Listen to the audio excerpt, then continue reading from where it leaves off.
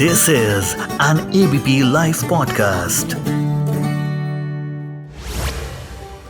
केंद्रीय वित्त मंत्री निर्मला सीतारमण ने बजट 2024 पेश कर दिया। ये बजट 48,20,000 करोड़ रुपए का है। इस बजट में हर मंत्रालय के लिए अलग अलग फंड की व्यवस्था की गई। बजट में रक्षा मंत्रालय के लिए सबसे ज्यादा प्रावधान किया गया। केंद्र ने राजनाथ सिंह के रक्षा मंत्रालय को 4,54,773 करोड़ रुपए आवंटित किए, जबकि ग्रामीण विकास मंत्रालय को बजट में 2,65,808 करोड़ रुपए आवंटित किया गया। शिवराज सिंह चौहान इस वक्त देश के ग्रामीण विकास मंत्री हैं। अगर कृषि की बात करें तो 1,51,151 करोड़ रुपए आवंटित किया गया।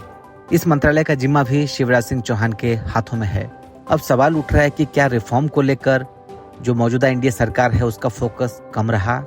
इस पर हमारे साथ इस वक्त बात करने के लिए आईएमसी के प्रोफेसर शिवाजी सरकार हैं और मैं हूं आपके साथ राजेश कुमार। शिवाजी सरकार जी, संवाद पर स्वागत है आपका। बहुत धन्यवाद। एनडीए सरकार की तरफ से जैसा बजट पेश किया गया, इसको आप किस तरीके से देख रहे हैं? नहीं, देखिए, बजट का अप्रोच अच्छा है। बजट के अप्रोच में जो दिखता है कि बजट तो काफी हद तक पॉलिटिकल भी है, और एक जो अच्छाई इसमें दिखती है, उसमें कितना सफलता मिलेगी वो एक अलग चीज है कि नौकरियों की तरफ एक अच्छी तरह से ध्यान गया है और उसको करने की कोशिश करने का एक प्रोसेस शुरू किया जा रहा है। तो इन सारी चीजों से जो है, जो जिसको हम बार बार कहते हैं कि यंग इंडिया के लिए जो है एक अच्छा जॉब क्रिएशन मूव हो रहा है, और उसके लिए बजट में करीब 2 लाख करोड़ उन्होंने दिया है। और इन सारी चीजों के साथ कैसे कंपनियों को इंसेंटिवाइज किया जाएगा, ये सारे प्रोग्राम्स भी है कि अगर किसी कोई रखता है और उसके एम्प्लॉइज को तो रखता है और 1 साल तक रखता है, तो उसको 1 महीने की जो तनख्वाह वो देंगे, वो गवर्नमेंट सब्सिडी उनको देंगी। इस तरह से जॉब क्रिएशन की बढ़ाने की कोशिश है। पर जो सबसे बड़ी चीज है इसमें कि अनएम्प्लॉयमेंट रेट जो है हमारे यहाँ जो है सबसे ज्यादा है, और काफी तेजी से वो बढ़ा हुआ है। अगर 2-3 साल पहले का देखें तो 30-35% से ज्यादा अनएम्प्लॉयमेंट रहा है। तो और अभी भी अगर आप लें ऑन एवरेज जो है, कई आंकड़े अलग अलग हैं, तो सरकारी आंकड़े को भी हम ले लें तो जो करीब 8% के करीब अनएम्प्लॉयमेंट रहा है, सरकार का कहना है कि 3.2% जो है उसमें कम हुआ है। तो फिर से इसके मतलब 5% से ज्यादा जो है अभी भी जो है बेरोजगारी है।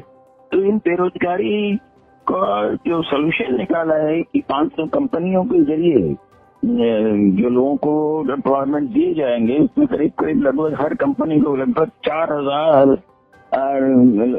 लोगों को नए अप्रेंटिसेस रखने पड़ेंगे, या इंटर्नशिप जो भी कह लीजिए उसको रखना पड़ेगा।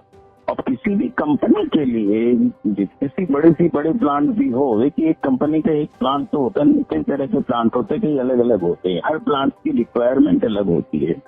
पर इसके बावजूद सारा मिला के किसी भी कंपनी को अचानक एक साथ 4,000 नए लोगों को नौकरियां देना आसान काम नहीं होता है। वो दे पाएंगे कि नहीं पाएंगे, उनकी क्षमता है कि नहीं है, ये भी एक अलग चीज है। उससे जो कॉर्पोरेट प्रॉफिटेबिलिटी जो होती है वो एफेक्टेड होगा कि नहीं होगा। उन्होंने कहा है कि CSR से ये आप कुछ हद तक आप दीजिए इसको, तो CSR से भी अगर दिया तो भी इतने सारे लोगों को, देखिए सवाल है कि किस कंपनी के पास पावर प्लांट हो सकते। अब पावर प्लांट जो है एक रिस्की जॉब होता है, तो उसमें साधारण रूप से नए लोगों को उस तरह से लेके वहाँ ट्रेनिंग देना पॉसिबल नहीं होता है।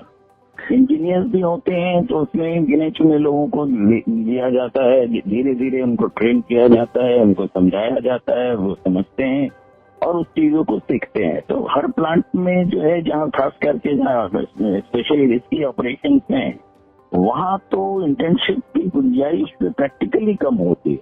लेकिन एक सवाल उठ रहा है सर कि क्या इस बजट में रिफॉर्म पर फोकस कम हुआ है? देखिए, इस बजट में एक चीज हम जो समझ रहे हैं, कल जो आपके फाइनेंस सेक्रेटरी सोमनाथन जी हैं, उन्होंने भी कहा कि इस बजट में आप बहुत तरह की नई चीजें देखने की कोशिश कर रहे हैं। ये बजट जो है, फरवरी में हमने जो बजट पेश किया था, ये उसी का कंटिन्यूएशन है।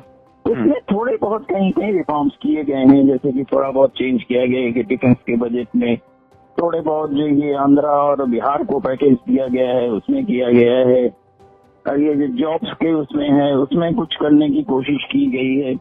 जो टैक्सेशन के जो रेट्स हैं, जो नए टैक्सेशन के रेट्स हैं, उसमें ये देखिए उसमें जो खास कर चीज जो है, जो मैक्सिमम ब्रैकेट है वो 30% ही रखा गया, जो 15 लाख से ऊपर होता, जो पहले 20 लाख पर होता था, 20 लाख के इनकम पर होता था, वो घटा के 15 लाख कर दिया गया।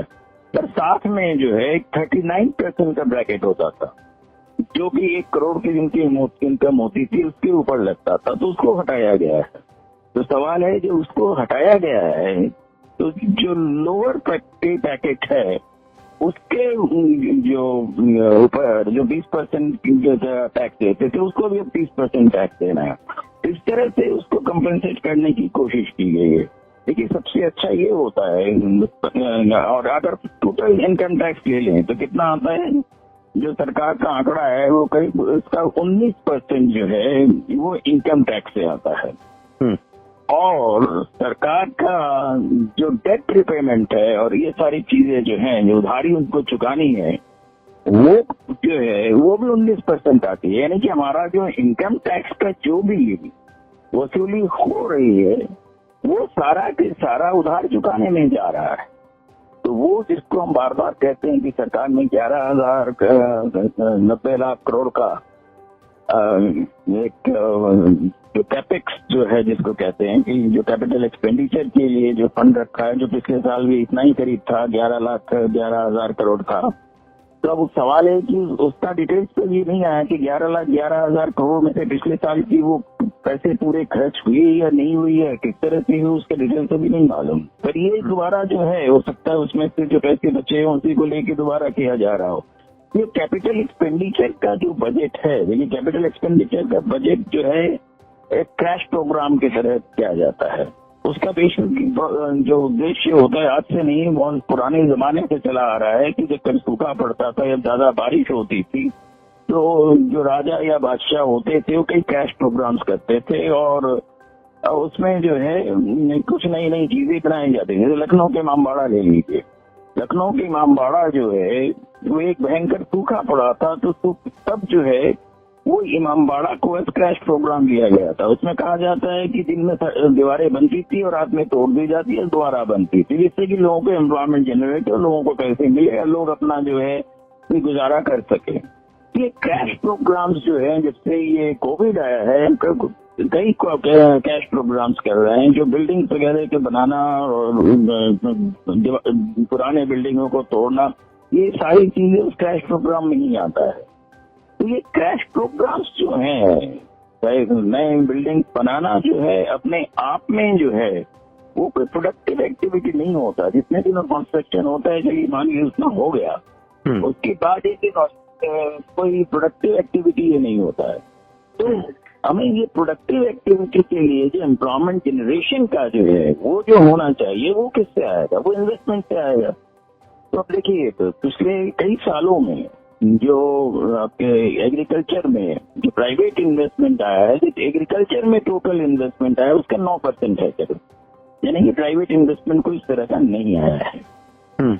और अगर टोटल इन्वेस्टमेंट की प्राइवेट की बात करें तो इकोनॉमिक सर्वे बार बार यही कह रहा है कि प्राइवेट इन्वेस्टमेंट जो है वो घट रहा है, वो नहीं बढ़ रहा है।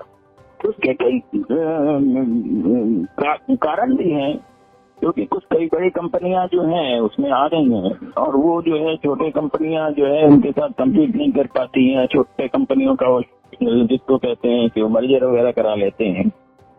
तो इन सारी वजहों से भी इन्वेस्टमेंट का जो माहौल है वो प्राइवेट इन्वेस्टमेंट में माहौल वो नहीं बन रहा है। दूसरा जो है जो पब्लिक इन्वेस्टमेंट में जो हो रहा था, पब्लिक सेक्टर एंटरप्राइजेस में जो हो रहा था, तो पब्लिक सेक्टर एंटरप्राइजेस में कोई नया इन्वेस्टमेंट नहीं हो रहा है।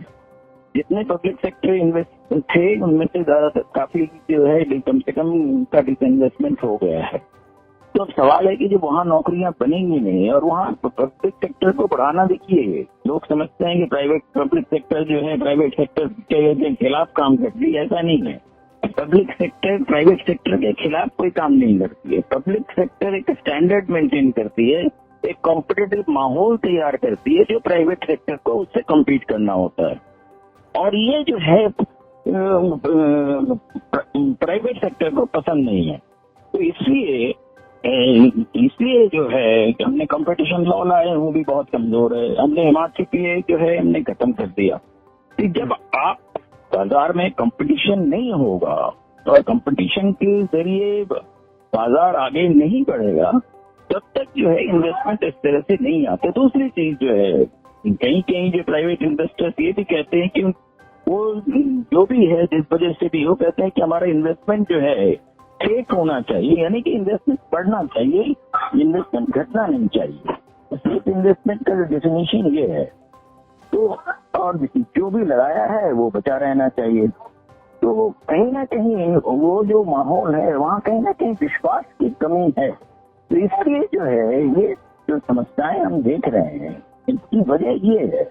इसकी वजह ये नहीं है कि हर वक्त हर चीज में पैसे की कमी नहीं होती है, पर कई चीजें होती है।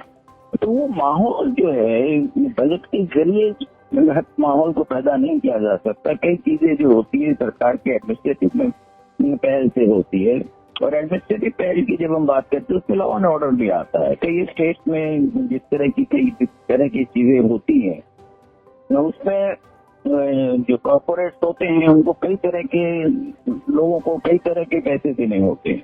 तो वो सारी चीजें भी जो है, जो कॉर्पोरेट ग्रोथ हो, नेशनल इकोनॉमी का ग्रोथ हो, वो उसमें कहीं ना कहीं असर आता है। वो अगर आप इकोनॉमिक सर्वे को गौर से पढ़ें तो उसमें कहीं ना कहीं ये चीजें अलग अलग तरह से मेंशन होती है। सरकारी डॉक्यूमेंट्स की खासियत होती है कि सरकार में या मुल्क में जो कुछ होता है उसका जिक्र तो वो जरूर करते हैं। तो ये इसमें एक सवाल कि रिफॉर्म के लिहाज से सोच रहे हैं कि फोकस जितना होना चाहिए वो गवर्नमेंट का नहीं रहा है। देखिए, रिफॉर्म का फोकस जो है इंडियन बजट में ऑलरेडी आ चुका है, और वही फोकस अभी भी है कि रिफॉर्म का मतलब ये है जो उसमें था कि स्टेट जो है, 2 स्टेट के अलावा बाकी जो स्टेट्स है अगर आप देखें उस पर जो फोकस अभी होना चाहिए वो अभी नहीं है। क्योंकि देखिए स्टेट्स जो है बार बार जो है फाइनेंस कमीशन को जो है उनके जो पैसे की कमी है उसके बारे में जिक्र कर चुके। स्टेट्स जो है उनकी जो उधारी है, जो उनका डेट है, वो जो है कोई कम नहीं है, वो काफी ज्यादा है स्टेट्स के डेट। स्टेट्स का डेट आप समझ सकते हैं लगभग जो है आपके जो सेंटर का डेट है उसका लगभग 40% है। तो वो जो स्टेट बढ़ते जा रहे हैं और आप उसमें जो क्या कर रहे हैं कि हम 50 साल के लिए स्टेट को सरकार कह रही है हम लोन देंगे। तो 50 साल बाद, मैंने आज जो 2024 में हम बात कर रहे हैं, 2073 में जो है उसको जो कई जनरेशन बाद, कम से कम 2 जनरेशन का फर्क आ जाएगा, उसको आके जब चुकाना पड़ेगा वो कैसे चुकाएगा। ये सारे जो कुछ पर्सपेक्टिव होती है, कुछ विजन होती है, उसके हिसाब से हमें देखना चाहिए कि हम, बड़ा अच्छा लगता है कि 50 साल के लिए हमने लोन दे दिया, पर 50 साल बाद कोई तो चुकाएगा ना, तो वो कैसे होगा। दूसरी एक चीज है जो इस बार जो वो कैपिटल गेन्स टैक्स का जो है उसमें इंडेक्सेशन होता था। जैसे आपने प्रॉपर्टी सेल किया, तो प्रॉपर्टी सेल जब से किया उसमें कई इंडेक्सेशन होते थे, 20% का था, पर एक्चुअली जाके बहुत कम पड़ता था। पर अब उन्होंने जो है इंडेक्सेशन मतलब जो है कि जो आपके, जैसे आपने कोई प्रॉपर्टी बेचा तो इसमें इन्फ्लेशन वगैरह ये सारी चीजें माइनस करके फिर उसके एक्चुअल जो आपकी गेन है उसके ऊपर टैक्स लगता था। अब उन्होंने इंडेक्सेशन खत्म कर दिया और जो लेवल था वो 10 से 12.5% कर दिया। तो यानी कि 2.5% वो बढ़ गया, और इंडेक्सेशन की जो रिलीफ मिलती थी 2001 तक जो हुए हैं उनको छोड़ दीजिए, उनके अलावा तो वो रिलीफ अब नहीं मिलेगा। यानी कि आपने अगर 90 लाख का, मान लीजिए आपने कोई मकान बेचा 90 लाख का, और मान लीजिए आपका मकान 10 लाख का था, तो 80 लाख के पूरे के ऊपर आपको पूरा टैक्स देना है। पहले पूरे 80 लाख पे नहीं लगते थे। उसमें जो इतने सालों में जितना आपका महंगाई हुई है और ये सारी इस तरह की कई चीजें होती है, वो सारे डिडक्ट करके जो है जो अमाउंट आता था उस पर टैक्स लगता था।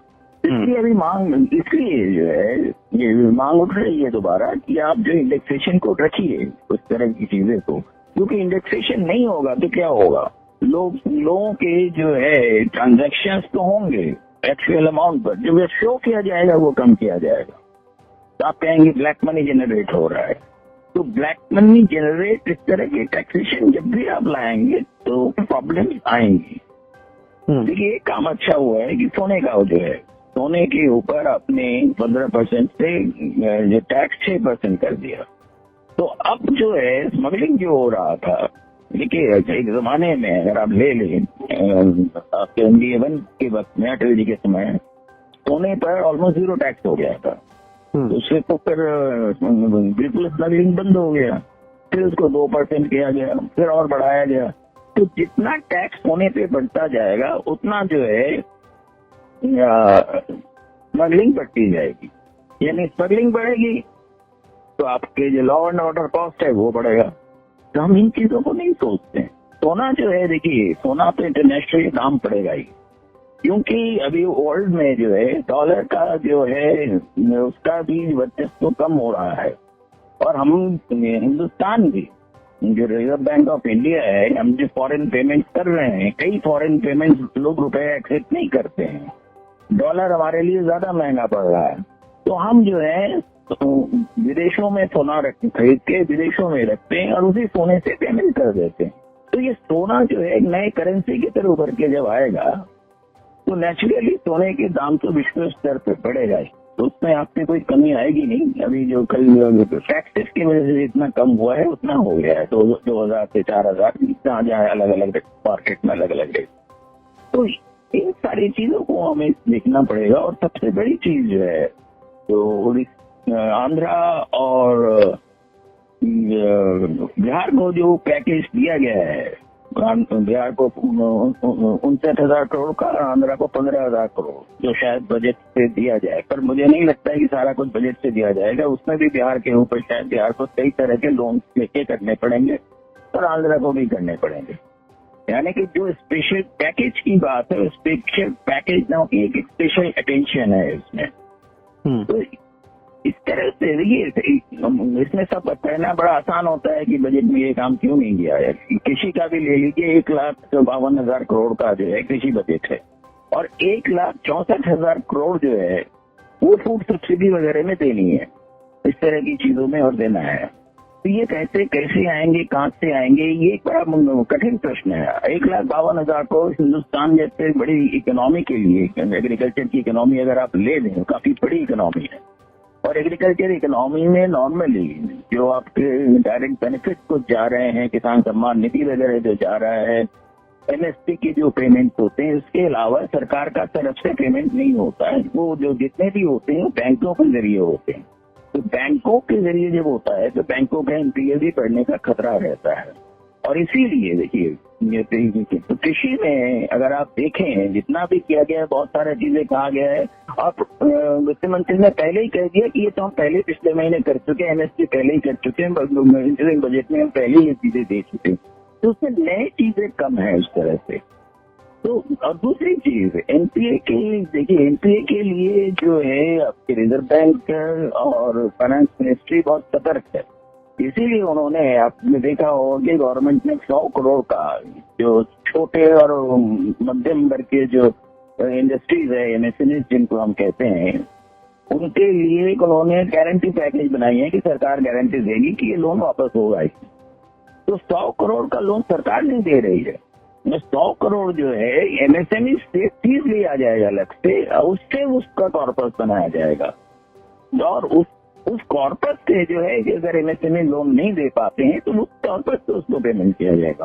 तो सरकार का जो डायरेक्ट इन्वेस्टमेंट होता है किसी भी चीज में अगर आप देखें तो उतना ज्यादा नहीं है। कोई भी डिफेंस में जो है करीब लगभग 6 लाख करोड़ का है, जिसमें कि करीब 1.2 लाख करोड़ की नई खरीदारी वगैरह के लिए रखी गई है। अलग अलग डिफरेंट इंडस्ट्रीज से जो खरीदी जाएगी वो जो नॉर्मल खरीदनी होती है। उसके अलावा भी बहुत स्पेशल खरीदारी भी जो है जैसे राफेल वगैरह का है, तो उसके लिए भी धन की जरूरत होती है। तो ये चीज जो भी एग्रीकल्चर बजट रखा गया है उसमें मिनिस्ट्री के खर्चे भी उसी में से जाते हैं। तो हिंदुस्तान के लिए 48,000 करोड़ का जो बजट है वो सही माने में अगर देखें उसको, जिस तरह से इतने मिनिस्ट्रीज में डिवाइड करना होना, इतने तरह के लोगों में डिवाइड करना, इतने तरह के स्टेट्स में डिवाइड करना है, वो अपने आप में बहुत बड़ी संख्या नहीं है। तो हम 3 ट्रिलियन और 3 ट्रिलियन इकोनॉमी की जो बात कर रहे हैं, और सरकार के पास जो फंड है वो इतना बड़ा नहीं है कि सबको इस तरह से देके खुश कर सकेंगे, सरकार खुद भी खुश हो सकती है। तो सरकार की मजबूरी ये है कि जो बेसिक जो उनके पास पैसे हैं, हालांकि उन्होंने कहा है कि जो वित्तीय घाटा है वो पहले से कम हो गया, 4.9% पे आ गया, पर 4.9% पे टोटल आप देखेंगे वो भी एक बड़ी राशि होती है। तो ये सारी चीजों को देखते हुए हम अगर अपने इकोनॉमी को वाकई बढ़ाना है तो उसके लिए हमें दूसरी तरीके से सोचना पड़ेगा और उसको आगे बढ़ाना पड़ेगा हमें। और उसमें मैं समझता हूँ कि कृषि को जो है आधार बना के और उसी के जरिए जो ग्रामीण क्षेत्र का जो विकास करना है वो सारे विकास करके ग्रामीण क्षेत्रों से माइग्रेशन कम करके जो है वहाँ पे जब खुशहाली आएगी तो पूरे देश में आएगी। अभी वो चीज नहीं हो रही। अभी हम कोशिश ये करते हैं ग्रामीण क्षेत्र से लोग माइग्रेट करें, इंडस्ट्री को सस्ते में लेबर मिले और उस सस्ते लेबर के जरिए जो है पूरी इकोनॉमी सस्ते में चले। और उसका जो सबसे बड़ा नुकसान हो रहा है कि हिंदुस्तान का जो लेबर है, किसी भी लेवल का लेबर, जो अनस्किल्ड से लेके हाई स्किल तक, वो हिंदुस्तान का अगर होता है तो उसको सबसे कम पैसे विश्व बाजार में मिलता है। तो हमें यहाँ से सोचना पड़ेगा कि विश्व बाजार में हमारे जो श्रमिक हैं उनको सबसे ज्यादा बेनिफिट कैसे मिले। हम घरेलू चीजों में इतना उलझ गए हैं, आप राजनीति को छोड़ दीजिए, सामाजिक और आर्थिक रूप से उन सारी चीजों को हम किसी भी तरह से ठीक से मैनेज करना चाहते हैं। ये नहीं कहूंगा कि कोई सरकार इसको मैनेज नहीं करना चाहती है या कोई जो एक्सपर्ट्स है वो नहीं करना चाहते, पर वो करने का जो एक विजन है वो दूसरी तरफ से है कि बड़ी इंडस्ट्री बनेगी। देखिए बड़ी इंडस्ट्री बहुत बड़ी भी बने, आजकल किसी भी बड़े से बड़े प्लांट में 1000 आदमी भी काम नहीं करते हैं। तो हमें उस एंगल से देखना पड़ेगा। और हमें जो है जो हिंदुस्तान की 55% आबादी है, मतलब समझ लीजिए लगभग 75 करोड़ की जो आबादी है वो कृषि से जुड़ी हुई, तो वहां से जब तरक्की शुरू होगी तब जाके हिंदुस्तान के बाकी जो अदर सेक्टर्स हैं वहां जाके लोगों को फायदा होगा। तो ये शुरुआत हम कब करेंगे और कैसे करेंगे, क्योंकि शुरुआत आज करने से आगे नहीं मिलेगा। आज से शुरू करेंगे तो इसका असर 10 साल बाद हमें देखने को मिलेगा। तो अभी हम उस स्थिति में नहीं पहुंचे हैं और अभी हम जिस दौर से गुजर रहे हैं उसमें सरकार के लिए भी संघर्ष है और जनता के लिए भी संघर्ष है, और वो अभी कुछ दिनों तक चलता रहेगा। और कई मायने में हिंदुस्तान की जो आर्थिक व्यवस्था है बहुत बड़ी होनी चाहिए और उसका फैलाव भी जो बहुत बड़ा होना चाहिए। अभी जो हिंदुस्तान में जो आम श्रमिक है उसकी हिस्सेदारी जो है पूरी अर्थव्यवस्था में या पूरी सामाजिक व्यवस्था में बहुत कम है। तो इसको जिस दिन हम सुधार लेंगे तो निश्चित रूप से हिंदुस्तान जो है अपने आप में इतना बड़ा हो जाएगा। अभी भी है बड़ा, ऐसा नहीं है कि बड़ा नहीं है, पर अभी भी हिंदुस्तान की शिक्षा व्यवस्था अगर इतनी अच्छी होती तो हिंदुस्तान के 4-5 हजार लोग कम से कम बांग्लादेश जैसी जगह पे तो नहीं जाते। तो इस तरह से हमें देखना पड़ेगा और इन चीजों को हमें सुधारना पड़ेगा और वो सुधर सकता है। और मेरे ख्याल में एक अभी की आंख खुली है तो कुछ नई चीजें होगी जरूर और नए तरह की चीजें आके हर बजट में कुछ होता है, पर सिर्फ बजट आश्रित ना हो तो बजट के आगे भी जो है ये काम होते रहना चाहिए, राजनीतिक लेवल पे, सामाजिक लेवल पे और आर्थिक लेवल पे। इन चीजों को अगर हम करेंगे तो हम जो है अपना ध्येय को पा सकते हैं। जी, तो जाहिर तौर पर इसे सियासी मजबूरी कह सकते हैं कि रिफॉर्म पर जिस तरह का फोकस एनडीए सरकार का होना चाहिए वैसा दिख नहीं रहा है। और एबीपी लैब पॉडकास्ट के साथ बातचीत करने के लिए शिवाजी सरकार सर बहुत शुक्रिया आपका। बहुत धन्यवाद। This is an ABP Life podcast.